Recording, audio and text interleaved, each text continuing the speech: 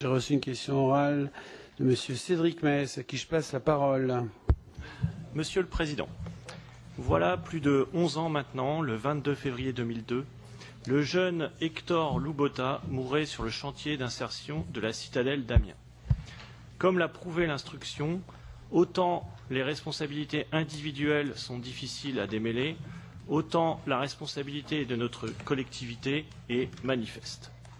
Selon l'expert judiciaire René Cessy, le maître d'œuvre, la collectivité, avant tout travaux, aurait dû établir un état de l'existant, fissuration, déformation, résistance, stabilité du sol. Ces sondages auraient dû mettre en exergue des risques d'éboulement de terrain, des risques d'effondrement d'ouvrages. Or, aucun document écrit en ce sens n'est disponible. Il fait alors la liste des lacunes, ou plutôt des béances, aucun filet de protection, aucun suivi régulier, aucune analyse préalable, aucune mesure de prévention, aucune sécurité collective, aucune précision sur le nom des personnes chargées de la sécurité. En 11 ans, pourtant, Amiens Métropole, maître d'œuvre sur la citadelle, ne s'est jamais tourné vers la famille pour un geste amical ou pour une reconnaissance de ses erreurs. Jamais on ne mentionne l'accident. La famille Loubota et les associations qui vous ont adressé un courrier par l'intermédiaire du journaliste François Ruffin vous demandent, à travers ma fonction de délégué, d'installer une plaque à la citadelle en l'honneur d'Hector Loubota. Quelques lignes suffiraient. Ici est mort Hector Loubota, 19 ans, travaillant à la réfection de la citadelle pour la construction de la future université. Cela n'implique aucune culpabilité, ne dénonce ni n'accuse personne.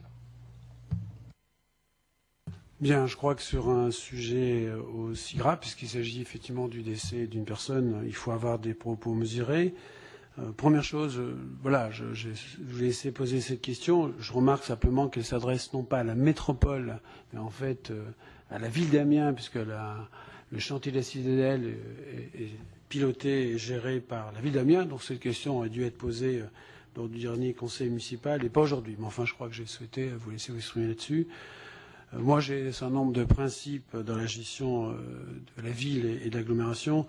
C'est que je ne souhaite pas interférer, contrairement, je dirais, M. Ruffin que vous avez cité, parce qu'il demandait d'aller manifester devant un tribunal. Je crois que la règle qu'on a à avoir, surtout quand ça concerne les collectivités et un certain nombre de personnes, dans ce dossier grave, de ne pas interférer sur la justice. Donc il me paraît tout à fait souhaitable d'attendre la décision de justice avant qu'on puisse regarder à la famille la façon dont on pourrait, je dirais, rendre hommage à un travailleur qui était, je dirais, bien entendu, au service de la collectivité, j'insiste, de la ville d'Amiens.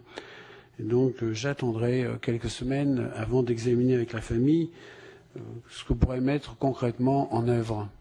Voilà, je vous invite à ne pas avoir de comportement partisan sur ce type de dossier et attendre les décisions de justice.